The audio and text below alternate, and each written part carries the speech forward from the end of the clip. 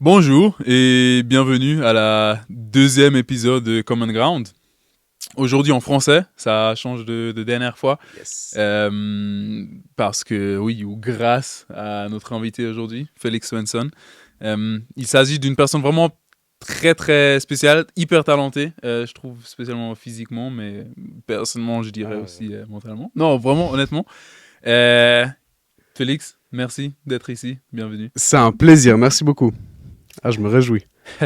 C'est bien. Bah, moi, je te connais bien, ou bien plus ou moins bien. On a fait beaucoup de choses ensemble, on a fait beaucoup de sport ensemble. Quand même, j'imagine il y a des gens qui savent pas qui t'es. Félix, s'il te plaît, Ouais, dis-nous, qui est-ce que t'es, qu'est-ce que tu fais dans la vie? alors je m'appelle Félix, Félix Svensson, je suis athlète d'élite, 200 mètres et relais 4 fois 100 mètres. J'ai participé au jeu sur 200 mètres cet été et puis j'ai un titre de champion suisse d'élite et j'ai participé à plusieurs championnats internationaux. Euh, et puis voilà, je crois que c'est la base de ce qu'il faut savoir aujourd'hui, c'est que j'essaie de courir vite et d'atteindre mes rêves. C'est bien. T'as quel âge et à ce moment, tu vis plus ou moins où? Ouais, alors moi j'habite Lausanne. On a notre base, notre centre d'entraînement avec le coach, le groupe que tu connais très bien qui est basé à Lausanne. Donc moi avant j'habitais vers Genève et je me suis rapproché pour être plus proche, éviter les trajets, juste mettre un peu les choses de mon côté pour éviter toute perte d'énergie dans les transports et puis voilà parce qu'il était temps aussi. 25 ans, il est temps de partir de la maison. Donc non, ça fait maintenant 2 ans que je suis sur Lausanne, 6 ans, 7 ans que je m'y entraîne, donc ça fait un petit moment, je connais bien la ville. Et puis, et puis voilà. Ouais. T'as dit l'athlétisme. L'athlétisme, le 200 mètres, c'était toujours déjà le 200 ou avant t'as commencé ou bien débuté avec une autre discipline? Ouais, alors j'ai commencé un peu à faire toutes les disciplines de sprint. Et puis c'est sur le 200 assez rapidement que j'ai commencé à avoir des résultats. Mhm. Et là, je me suis dit, bon, en fait, c'est cool le 200. Et puis j'ai Très bien. testé un petit peu le 400 aussi. Euh, J'ai testé le relais long, le relais court, mais globalement, le 200 mètres, avec ce que ça comprend dans les entraînements, ça m'allait assez bien. J'ai testé le 400, comme j'ai dit, et le 400, c'est tellement épuisant que non, non, ça c'est un truc. J'ai essayé, hein, mais faire ça année après année, sur une année entière, ce type d'entraînement-là, c'est physiquement et mentalement tellement épuisant que je pense pas, pas dire, je vais jamais dire jamais, hein, mais je pense pas que je vais revenir là-dessus. Ok. Donc je reste sur le 200 tant que je continue à progresser. Mhm. Et puis je veux vraiment atteindre, j'ai plein d'objectifs, plein d'ambitions sur le 200 mètres. Et puis j'espère vraiment concrétiser ça. Mais voilà, on sait jamais s'il y a une ouverture sur une autre discipline. Bah, peut-être qu'il faut s'ouvrir un petit peu l'esprit et puis aller quoi. Ok. Ça change autant. Bah, c'est les entraînements un peu plus lactiques, si je me rappelle bien. Bah, il y avait, bah, pour dire, on était dans le même groupe pour 2, 3 ans. Et moi, principalement, j'ai aussi fait le 200, mais il y a aussi des autres dans le groupe qui font le 400. Et c'est vraiment des entraînements plus lactiques, un peu plus de distance. C'est pas le monde qui change, n'est-ce pas? Ou bien, pourquoi pas le 400? Bah, il faut imaginer là, si on prend un exemple, toi tu l'as vécu aussi, tu étais avec moi, on était dans le groupe, on faisait du 200 mètres, et il y avait ceux qui faisaient du 400 mètres. Il faut imaginer que nous, par exemple, tu te rappelles bien, le samedi matin, qui est le dernier entraînement de la semaine, euh, on est prêt, on va mourir. On sait qu'on va mourir. Par exemple, on fait une séance de montée ou de lactique sur piste. Et il faut imaginer qu'il faut faire ça 2 fois dans la semaine pour un coureur de 400, par exemple, sur toute l'année. Tu vas terminer la semaine avec un entraînement super dur, je trouve que ça va. Parce qu'après, tu as ton week-end, donc ça va, tu peux récupérer. Mais avoir ça 2 fois par semaine, tout le temps, euh, je trouve que l'athlétisme, c'est déjà un sport suffisamment ingrat dans son ensemble. C'est dur d'être professionnel. physiquement, tu goûtes vraiment à la douleur. Donc si encore il faut rajouter le 400 mètres, non mais les gens dans le groupe qui font du 400 mètres, ils ont un grain, ils ont un petit souci. Ouais, merci pour ça, Charles. Ouais. C'est pour toi, Charles.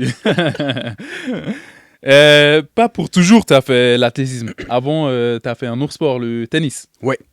Comment le changement, je pense les gens, ils peuvent... oui, il y a des autres interviews aussi où tu as expliqué comment il s'est passé le changement. J'aimerais pas aller sur ça, mais plutôt... Comment tu t'es senti? Est-ce que tu penses que c'est un upgrade? Est-ce que c'est un downgrade?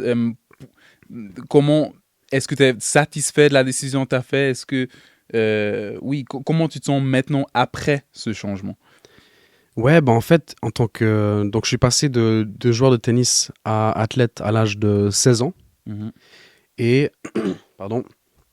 Et ce qu'il faut savoir, c'est que j'étais dans une période à ce moment-là, dans l'adolescence, où en tout cas, j'étais dans un sport où j'avais beaucoup de frustration, j'avais beaucoup d'ambition, je m'entraînais dur, mais j'avais quand même pas mal de frustration liées à que ce soit mes résultats, mes blessures, tout ça. Et puis en fait, en découvrant l'athlétisme, en découvrant le sprint, je me suis découvert moi, un petit peu.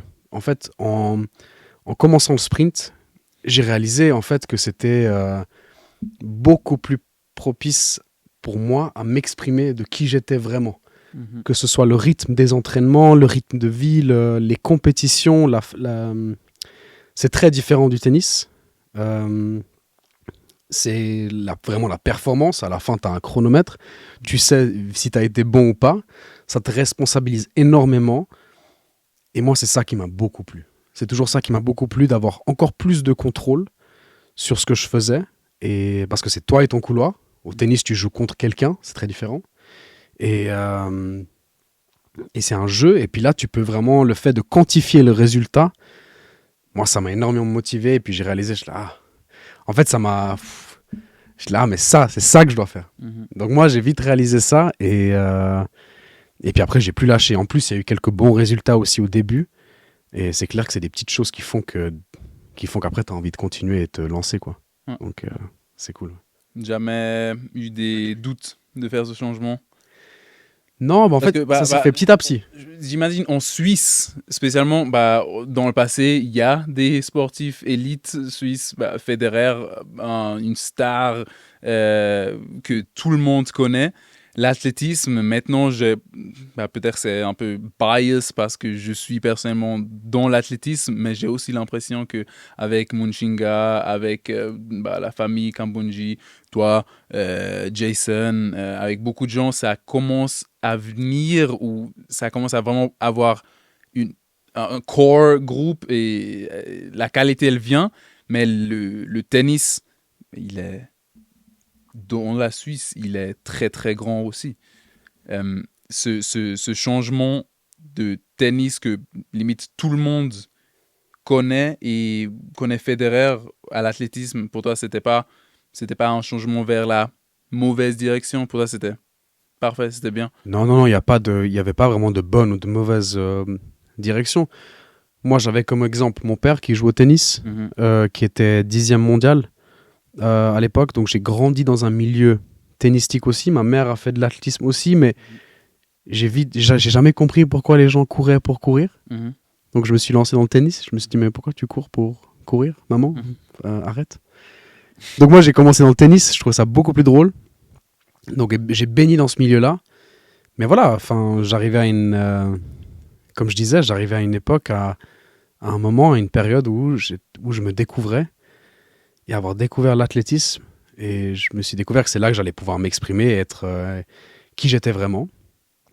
Et pour répondre à ta question, non, moi j'ai jamais senti que ce soit de pression familiale ou externe. Après, si on parle spécifiquement du tennis, c'est quand même un peu biaisé parce qu'on a Federer et Wawrinka qui ont fait des résultats hors normes pour un petit pays comme le nôtre. Mais il ne faut pas oublier que derrière, c'est difficile. Donc on a eu deux excellents. Et après, derrière, c'est top 200, top 150 mondial, les meilleurs qui suivent. Donc il y a un vrai gap entre eux. Donc on a tout mis sur Federer et Wawrinka. Mais la densité, il y avait pas une très grande densité, en tout cas. Ok. Alors, sur le premier instant, peut-être l'image qu'on voit au Federer, ça, c'est un peu triché parce que c'est pas tous les Ouais, Suisses qui sont aussi bien ouais, au exactement. tennis, Enfin, quoi. pour moi, c'est lui qui est mis en avant, Oui, évidemment. 100%. C'est Oui. un des meilleurs athlètes de l'histoire de tous les sports. Donc, évidemment, mais ça cache un petit peu. Je sais pas si on dit. C'est l'arbre qui cache la forêt. Enfin bref, je vais pas demander des conseils en français de toi. Jamais entendu. Mais, Oui, c'est possible. mais bref, c'est pour dire que ben voilà, derrière c'est difficile. Mm. Ça l'est encore aujourd'hui, mais en fait aujourd'hui, on se dit que le tennis masculin en Suisse, c'est la galère. Alors qu'en fait, avant c'était pareil, c'est juste qu'il y avait Federer. Donc Ok. ça n'a pas vraiment changé. Anomalie, Mais maintenant, qui est sorti. en athlétisme, si on parle d'athlétisme, il y a une vraie densité qui est en place.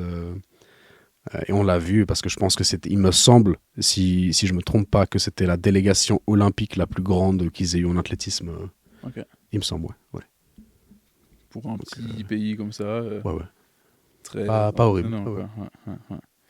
Euh, bah, le sport, spécialement l'athlétisme, c'est très, ou ça demande très très beaucoup à ton corps. Comme tu l'as commencé avant, faut être au top physiquement toute la saison. C'est toi contre toi-même ou toi contre le ton. Ce qu'il s'agit des muscles, l'explosivité, ce que tu manges, bah, il n'y a pas vraiment un coin que tu as le droit d'ignorer. Euh, Est-ce que c'est quelque chose qui te motive? C'est quelque chose que tu trouves dur? Est-ce que comment est-ce que c'est pour toi de mettre tous ces différents éléments pour ta carrière en place? Bah, moi, je trouve que c'est ça qui rend le sport euh, d'élite passionnant. En fait, c'est d'essayer de trouver là des endroits où tu peux progresser. Et en fait, à la fin, ben, ton chrono, ce qui est affiché, ben, en fait, ça peut montrer là où tu as progressé. En fait, à la fin, tu as un résultat. Et ça, moi, ça me plaît. Ça veut dire que tu peux voir tes progrès. Tu peux quantifier tes progrès. Mhm. Et, et c'est vrai que, comme tu dis, maintenant, l'instrument de travail, c'est le corps. Donc oui, si tu veux atteindre le maximum de toi-même, ce que je pense est le plus important, si tu veux atteindre le maximum de toi-même, alors dans ce cas, oui, tu dois regarder de tous les angles, de tous les côtés, tu dois te regarder en face, t'apprendre à te connaître, savoir ce que la biologie demande pour que toi tu cours plus vite, qu'est-ce qui serait idéal. Et moi je trouve que cette recherche-là, de trouver où est-ce que tu peux encore progresser, elle est passionnante, vraiment. Tu le fais. Ou pourquoi? Pourquoi elle est passionnante? Bah, je trouve que la recherche de ses propres limites, de chercher à progresser chaque jour, que ce soit dans l'athlétisme ou que ce soit quelqu'un qui travaille hors du sport, je pense que c'est quand même quelque chose c'est vital, c'est hyper important et je pense que ça devrait être l'objectif de chacun. D'essayer de se regarder, d'essayer de savoir comment est-ce qu'on peut progresser dans son domaine. Donc je pense que ah oui, je pense que c'est la base de tout. De perfectionner Ah oui, oui. ce que tu fais. Ouais, sans savoir que tu n'atteindras jamais la perfection, mais d'essayer de ouais, d'aller au bout de toi-même, c'est en fait de devenir la meilleure version de toi-même. C'est assez simple. Du coup, c'est très simple sur papier, mais ouais, devenir la meilleure version de toi-même. Et je pense que quand je dis ça, ça parle pas que aux gens qui font de l'athlétisme ou qui font du sport. Je pense que c'est quelque chose qui devrait parler à tout le monde. Est-ce que tu penses qu'il y a une limite? Est-ce que, bah, parce que prenons un exemple, oui, l'athlétisme, maintenant, pour toi, directement le 200 mètres, est-ce que un jour, tu vas être satisfait, dans ton cas, avec un ton, ou bien avec une forme physique que tu as, ou bien dans le travail, c'est avec, oui, avec un nombre de chiffres que tu as pu vendre? Est-ce qu'il y a un niveau après où tu dis, OK, j'ai réussi à tenir mon but et maintenant je continue au prochain? Ou bien est-ce que quand tu atteins ton but, tu continues à te remettre un but encore plus haut? Euh, Comment est-ce que toi, tu travailles avec ce facteur de but, atteindre, pas atteindre, perfection? Comment est-ce que toi, tu fais tout ça? Bah, je pense que c'est hyper important de quand tu as atteint un objectif que tu t'es fixé, de t'en refixer un autre après. Parce qu'en fait, je pense que ce qui est passionnant dans le quotidien, c'est pas une fois d'avoir atteint le résultat que tu voulais, c'est la quête du résultat, c'est le chemin. Moi, je trouve que c'est ça qui est passionnant. Et du coup, si tu as atteint un objectif que tu pensais être ta limite et que tu te disais, ah ouais, non, là, je peux pas aller plus haut, bah, arrête. Ça sert à rien. Arrête. Tu vois? Donc, je pense que c'est hyper important pour garder la passion de toujours essayer de chercher des nouvelles choses, se fixer des nouveaux objectifs et, euh, et ça, peu importe le niveau que tu as. Parfois, on peut arriver dans cette pensée ou dans cette réflexion où on se dit que ah ouais, là, je commence peut-être à m'approcher de la limite. Mm. Et ça devient, quand tu te dis que là, je pense que j'arrive pas à aller plus haut, bah là, comment tu vas aller plus haut après? On est capable ici, de mon point de vue, Mhm. je trouve que dans le monde occidental, on est capable de se mettre énormément de limites. Mhm. Inconscientes, culturellement, enfin, il y a énormément de limites qu'on est capable de se mettre. Et moi, ce que j'essaye, moi, personnellement, dans mon chemin, c'est d'essayer de conscientiser ces limites-là, d'essayer de les comprendre, d'où elles viennent, et après, on les passe au-dessus. Pourquoi, et je suis en train de me poser la question, ok, pourquoi j'ai jamais visualisé que moi, je pouvais aller là-bas? Pourquoi? Donne-moi un exemple. Comment est-ce que toi, tu fais ça pour l'athlétisme, pour le 200 mètres? On va prendre l'exemple, par exemple, l'exemple de courir sous les 20 secondes sur 200 mètres. Hein. Euh, C'était pour moi, maintenant je parle très personnellement, c'était pour moi, ça n'a pas été un but que je m'étais fixé quand j'étais petit parce que je me disais, ou quand j'étais plus jeune, parce que je m'étais dit que ça devait être, le chemin est encore long, c'est assez compliqué, ça serait idéal, tout ça. C'est pas forcément, je suis pas sûr que c'est pour moi. Et maintenant, en grandissant, en prenant conscience de certaines choses, euh, pas forcément du potentiel que j'ai, mais en réfléchissant, je me suis posé la question pourquoi j'ai réfléchi comme ça? Mm. Pourquoi? Est-ce que c'est l'environnement? Est-ce que c'est dans ma tête? Et quelles sont les raisons pourquoi j'ai réfléchi comme ça? Mhm. Et une fois que je peux comprendre d'où ça vient, là, je peux attaquer la. Enfin, je peux. euh, Quand je comprends d'où ça vient, là, je peux aller à la racine de cette réflexion-là Mhm. et je peux la changer. Et je pense que voilà, on est capable, parce que j'en ai été capable aussi, de se mettre des limites conscientes ou inconscientes. Et j'essaye, depuis maintenant 1 ou 2 ans, vraiment d'essayer de surpasser ça. Mhm.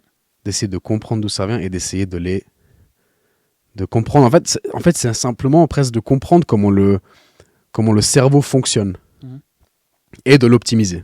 Mhm. Et on a des exemples en sport qui sont magnifiques pour comprendre que ton cerveau, c'est un muscle et qu'il faut le travailler et que si tu le travailles, tu peux devenir une machine de guerre et tu peux vraiment atteindre beaucoup plus que ce que tu peux imaginer au moment T.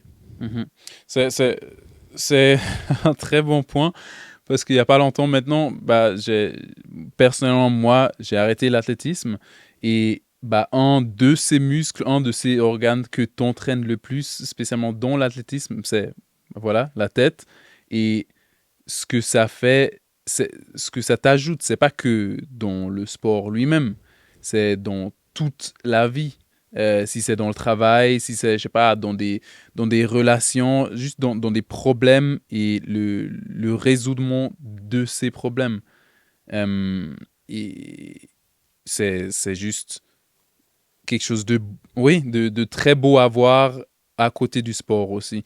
Ce qui m'intéresse aussi, c'est bah, ces problèmes, ces 20 secondes, cette barrière que tu t'es fait, c'était quelque chose que tu as pu résoudre uniquement mental ou est-ce que tu as aussi fait des exercices à côté? Est-ce que tu as fait de la oui, méditation, je dirais c'est mental, mais pour quelqu'un qui a une barrière, qui pense qu'il va pas réussir à obtenir, qu'est-ce que tu as fait et qu'est-ce que tu penses est bien à faire si on veut augmenter son niveau dans quoi que ce soit, quoi que ce soit. Bah déjà, maintenant, j'ai un record en 20-30 sur 200 mètres. Donc, je suis pas si loin et en même temps, je suis très loin. Dans le monde de l'athlétisme, c'est très loin. Et en même temps, c'est pas si loin. Donc, j'ai quand même des résultats. J'ai 27 ans et je continue à progresser. Donc, j'ai des, entre guillemets, des preuves qui peuvent me faire dire, OK, tu peux continuer à progresser. Tu peux aller là où tu le souhaites. Ensuite, il y a le facteur compétition. Moi, je suis quelqu'un de très compétitif. C'est-à-dire que quand je vois quelqu'un le faire, je suis là, oula, pourquoi pas moi? Tu vois? Lui, il l'a fait, pourquoi pas moi? Pourquoi lui, il aurait réussi? Et c'est quoi les raisons pourquoi moi, je me suis pas fixé cet objectif où j'ai pas réussi? Pourquoi? Il est comme moi. Et ça, moi, ben, c'est vraiment, ça, c'est une des bases de mes réflexions, c'est la partie compétition qui m'a fait réfléchir quand j'ai vu, par exemple, des gens que je pensais pas forcément aller réussir ou ils ont fait un résultat que je m'attendais pas, où je me suis dit, attends, mais si lui, il peut, pourquoi moi, j'oserais pas rêver ou me fixer ces objectifs-là? Pourquoi pas? Et à partir de ce moment-là, je dis, ok, je me décide, je dis, ok, moi, j'y serai. Moi, je vais aller au jeu. Moi, je vais courir ce chrono-là. Moi, je vais tac, tac, tac. Et ensuite, après, tu regardes tout ce qu'il y a autour pour voir où est-ce que tu peux progresser, continuer à progresser. Et après, c'est le travail quotidien. Mais ça commence par une base que tu poses dans le cerveau, tu poses une graine. Tu dis non, ça, c'est mon objectif. C'est pas un rêve, c'est une mission. Et quand ça c'est en place, justement, ça a été un truc aussi pour moi, hein, juste le vocabulaire, de parler différemment, de dire que c'est pas un rêve, c'est pas, parce que souvent on regarde le rêve comme quelque chose de presque inatteignable. Ouais, impossible, c'est une histoire. Et puis quand tu dis que c'est un objectif, une mission, bah moi, mon objectif au jour d'aujourd'hui, c'est de courir sous les 20 secondes. J'ai décidé ça, ok, on verra si je l'atteins ou pas, mais j'ai décidé ça. Et maintenant, je me dis à moi de trouver des solutions pour réussir à atteindre. Moi, je me suis fixé ça. J'ai dit à mon cerveau qu'il était capable, qu'il doit le faire. À moi de m'adapter. Maintenant, moi, je dois adapter tout ce qui est autour pour réussir. Ça, c'est ma vision des choses. Et c'est comment moi, j'essaie de structurer mes pensées à moi. C'est j'ai cet objectif-là. Maintenant, à moi de me débrouiller pour réussir. J'aimerais aller à un objectif que dernière année ou cette année, tu as pu atteindre, les Jeux Olympiques à Paris. Ouais.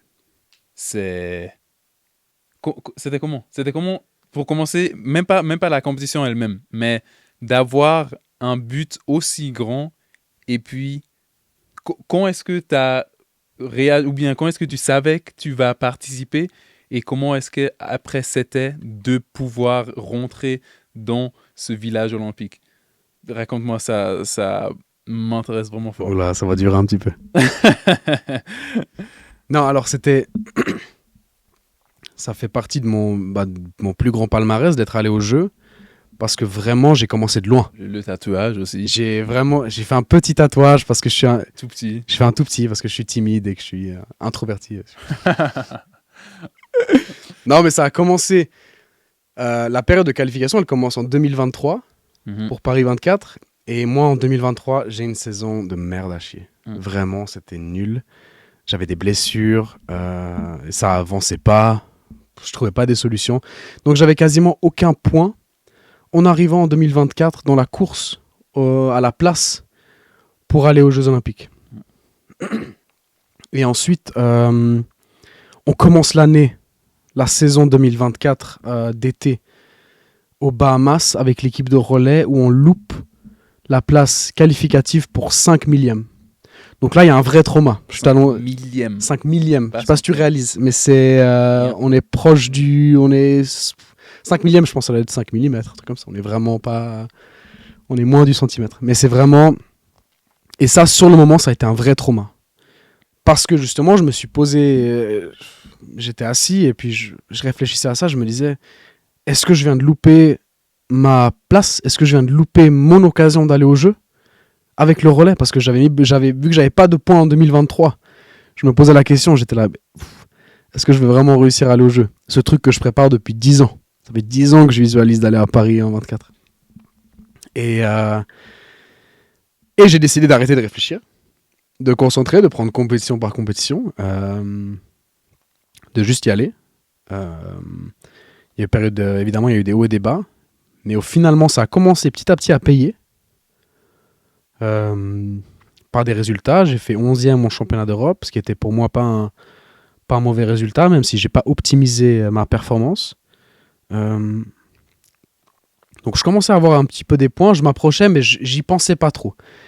Je regardais jamais le classement, par exemple. Les gens, ils venaient me parler de « T'as combien de points, nanana, est-ce que t'es combien de... » Je dis « Je regarde même pas, les gars. » Les gars, je regarde même pas. Ouais, pour les gens qui ne comprennent pas, soit tu te qualifies comme place avec le ton, ouais.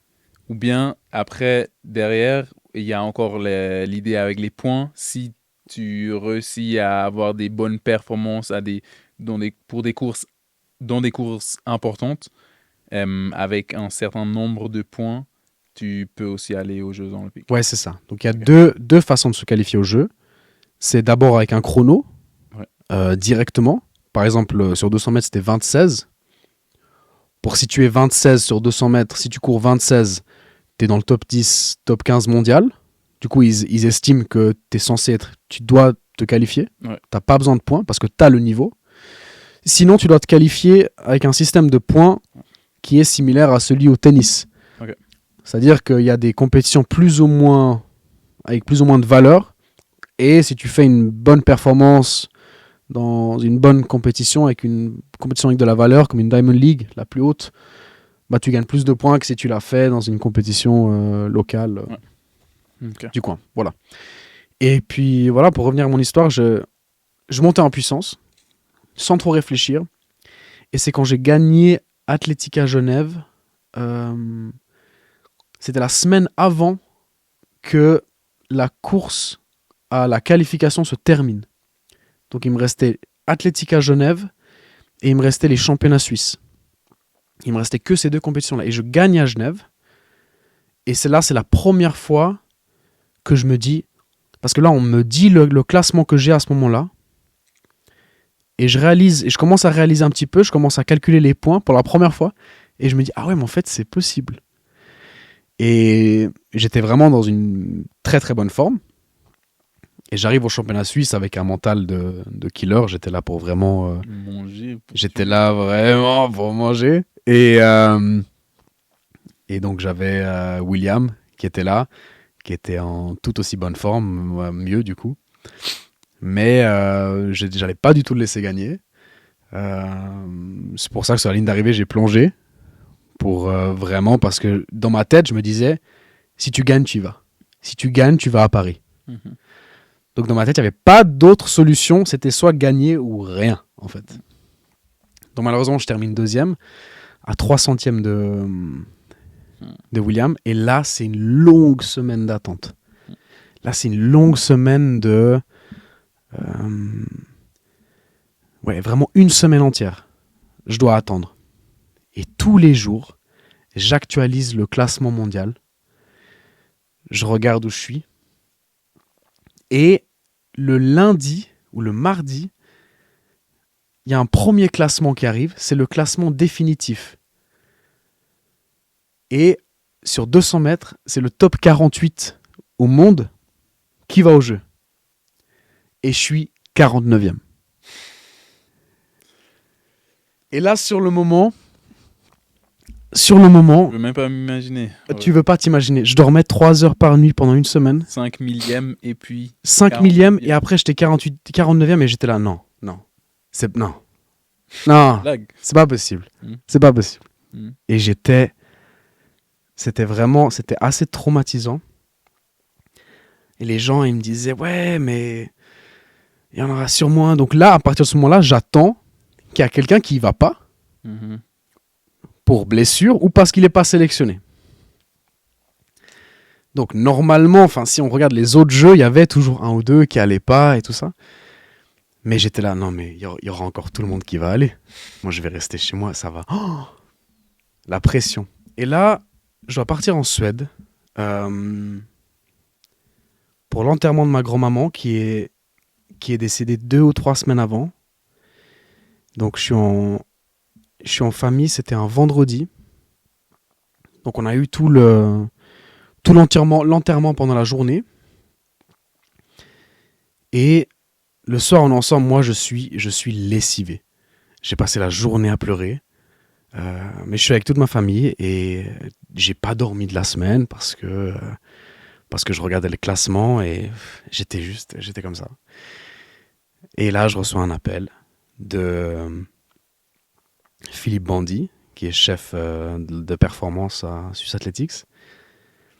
Et là, j'ai mon cœur qui s'arrête. Parce que Philippe, il peut t'appeler autant pour te dire « Ah, désolé, t'étais à ça, mec, mais t'es pas allé. » Ou il t'appelle et te dit « Félicitations. » Et là, il m'a appelé et il m'a dit « Bravo, tu vas y aller. » Et là, un poids qui s'est enlevé des épaules. Un poids. C'était incroyable. Et en plus, j'étais en famille, donc tout d'un coup, une journée qui avait été assez horrible, assez triste. Tout d'un coup, elle est devenue presque hyper joyeuse parce que j'avais atteint cet objectif que je chassais depuis 10 ans. Et ça a été vraiment fantastique. C'était des sensations que j'avais jamais ressenti ça pendant vraiment 2-3 jours. J'étais sur les nuages, j'étais juste... c'était des sensations qui sont... Ouais, vraiment, c'était incroyable. Et après 2-3 jours où ça a pris le temps de descendre, j'ai dû m'asseoir et un petit peu à commencer à réfléchir sur OK, qu'est-ce que j'ai envie de faire à Paris en fait. Et c'est parce que Paris, c'est dans 3 semaines. C'était que 3 semaines avant que je savais. Donc là, j'ai dû commencer à me poser et puis à réfléchir, OK, qu'est-ce que j'ai envie de faire là-bas ? Avec quel état d'esprit j'ai envie d'aller au jeu ? Est-ce que j'ai envie d'aller pour participer ? Est-ce que j'ai envie d'aller pour faire une performance ? Et j'ai dû me mettre en mode compétiteur. Ouais. Donc ça a été un travail mental à faire pour préparer les jeux. Ouais, j'imagine physiquement, tu étais déjà assez en forme. Physiquement, l'idée c'était de maintenir. Et j'ai eu un petit peu des pépins pendant la préparation, dans ces 3 semaines un petit peu. Ouais. Mais physiquement, j'étais en forme. Ouais. Physiquement, j'avais fait la meilleure performance de ma vie. Il n'y avait pas grand-chose, c'était du maintien. Ouais. Mais mentalement, j'avais pas envie d'aller et être spectateur de ma course, être spectateur du Stade de France, 80 000 personnes, et regarder comme ça et regarder les autres courir. Okay. C'était pas l'objectif. Et j'ai vraiment réussi ça. C'est une de mes plus grandes victoires, ça a été d'être là-bas et d'avoir été vraiment dans mon couloir. Je suis arrivé, j'étais allé en tant que spectateur les jours d'avant. Ouais. J'avais vu la finale du 100 mètres des femmes, des hommes. J'avais pu voir, j'étais comme ça pendant ces 2 jours-là. Et en fait, d'avoir été pendant les 2 jours avant, j'ai pu être spectateur. Et une fois que c'était à moi, je suis allé et je voyais rien.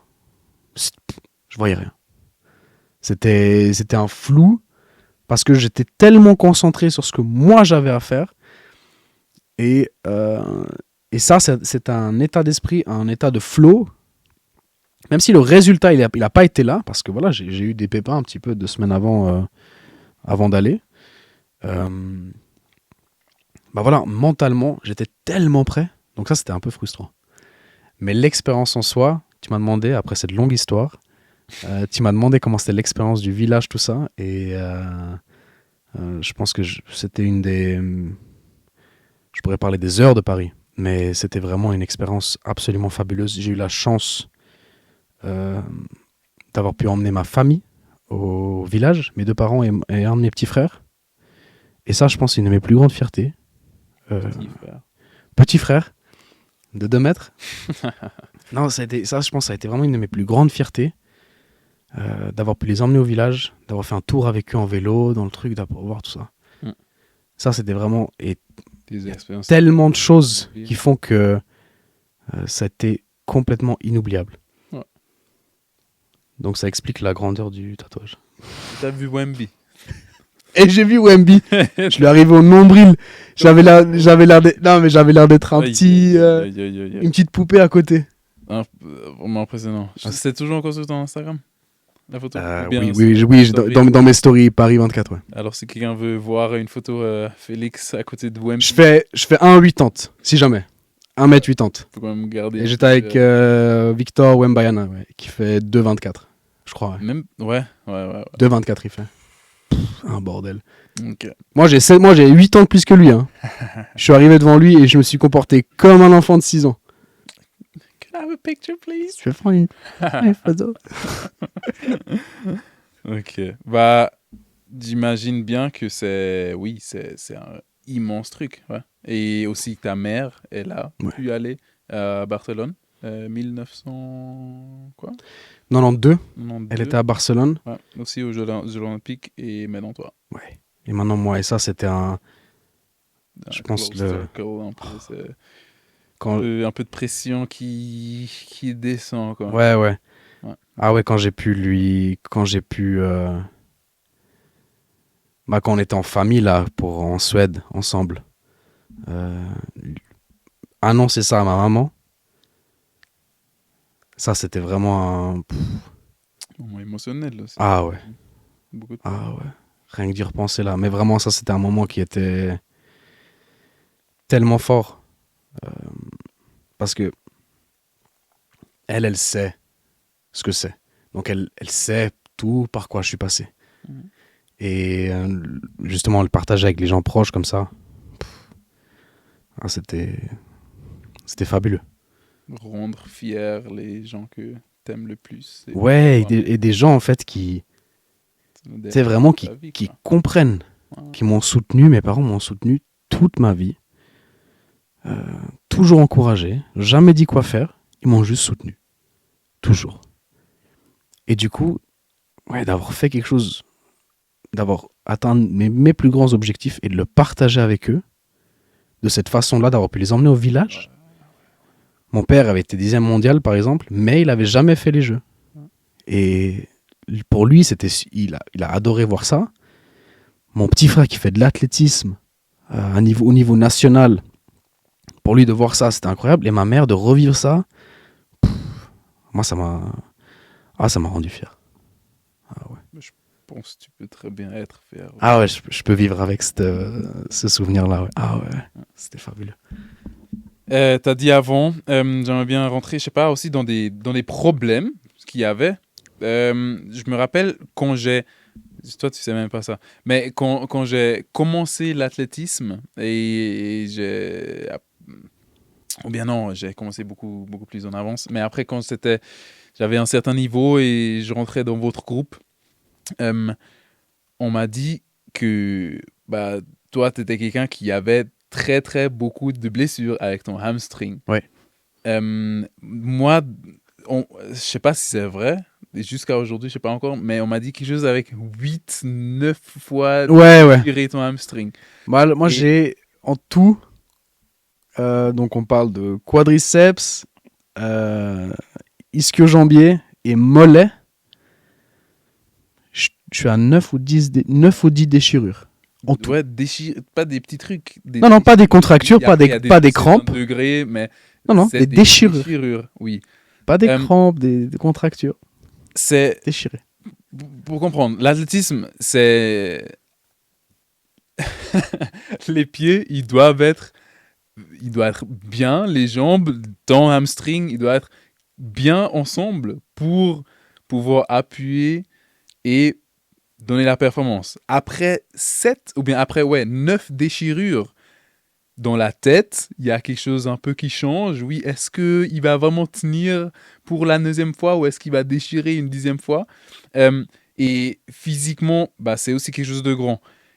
Comment est-ce que tu es arrivé, même, à cause, même si tu avais si beaucoup de blessures, de continuer et pas seulement à continuer sur un niveau normal ou moins bien, mais à, à continuer et à augmenter ton niveau chaque fois à chaque blessure.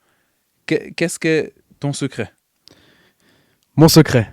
Non, alors moi, il y a plusieurs choses, évidemment. Mais je pense que une chose qui a été une des leçons les plus importantes que mes parents m'ont transmis, qui étaient des athlètes d'élite, ça a été, si tu veux vraiment quelque chose, bah tu trouves des solutions. Et donc, à partir de ce moment-là, avec cette pensée-là qui a été imprégnée dans ma tête, assez jeune, bah en fait, je me disais, non, mais il n'y a pas d'excuse. Zéro. Et si vraiment tu aimes ça, et moi j'aime, dans mon âme, j'aime ce que je fais, vraiment. Et j'aimais tellement ça, j'aime tellement ça, mais à l'époque où j'avais énormément de blessures, beaucoup de doutes, tout ça, bah quelque part, au fond de moi, j'ai toujours su que, mais il y a une solution. Il y a une solution. Donc l'amour, la passion pour le sport m'a toujours rendu optimiste, peu importe ce qui se passait avec des déchirures à gogo. J'ai loupé des championnats par-ci par-là. Mais je me suis jamais dit non, mais je vais arrêter, je pense. Parce que quelque part, je me suis dit non, mais je vais trouver une solution. Et avec cet état d'esprit-là, je me suis attiré les bonnes personnes qui m'ont aidé à faire maintenant, au jour d'aujourd'hui, un programme de renforcement qui fait que depuis 2020, c'est-à-dire qu'entre 2015 et 2019, j'ai eu 9 déchirures. Et entre 2020 et 2024, j'ai eu 2 contractures, je crois. Même pas du tout de déchirure. Comparé à les 5 donc si avant, ouais, rien du tout, quoi. Ouais, c'est ça. Donc en fait, quasiment, je me suis attiré des gens qui avaient le même état d'esprit que moi, qui était de trouver des solutions. Et je pense qu'on n'est jamais à l'abri d'une blessure, mais je pense vraiment avoir diminué énormément les possibilités que je me déchire. Parce qu'au jour d'aujourd'hui, avec le renforcement que je fais, tout le temps, dans un bon ou mauvais jour, je le fais, je discute pas, je le fais, parce que je sais que c'est ça qui va me solidifier. Et c'est mon chemin lié à ça.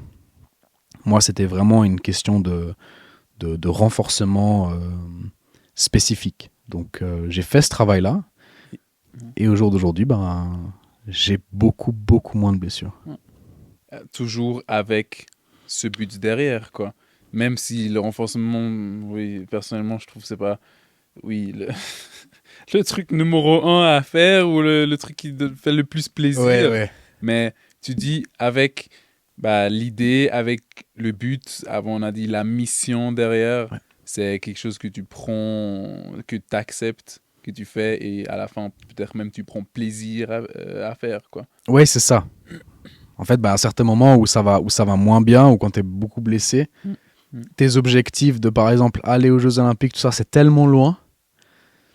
Et dans ces moments-là, il faut essayer de regarder juste devant soi, être dans le moment présent et faire les choses pas par pas. Et ça, c'est pour tous les moments durs de tout le monde. C'est pas une question de sport d'élite ou pas. On a tous des moments de stress, de doute dans notre vie. Souvent, quand on prend l'image générale, de ce qu'on veut être, dans l'image qu'on a visualisée, ce qu'on veut atteindre, ça devient tellement loin qu'on devient anxieux, qu'on a peur et qu'on se démotive. Ça, c'est souvent ce qui se passe. Et moi, justement, en restant concentré, en prenant jour par jour, d'essayer de revenir, de progresser, en fait, petit à petit, et ça, ce chemin-là, moi, m'a beaucoup aidé. Et c'est une force. Et maintenant, je le sais que dans les moments difficiles avec des blessures ou d'autres moments, j'en aurai sûrement encore, des moments difficiles, je sais comment m'y prendre, on va dire. Je sais qu'il y aura des moments difficiles dans le processus, mais je sais les accepter, entre guillemets, et je sais passer au-dessus. Je sais comment je fonctionne et je sais comment faire pour pas arrêter de croire en moi et de continuer à aller au boulot. Tu vois, C'est pas mal. c'est pas mal ça. Hein. C'est pas C'est mal. pas mal ça. Hein. Pas mal.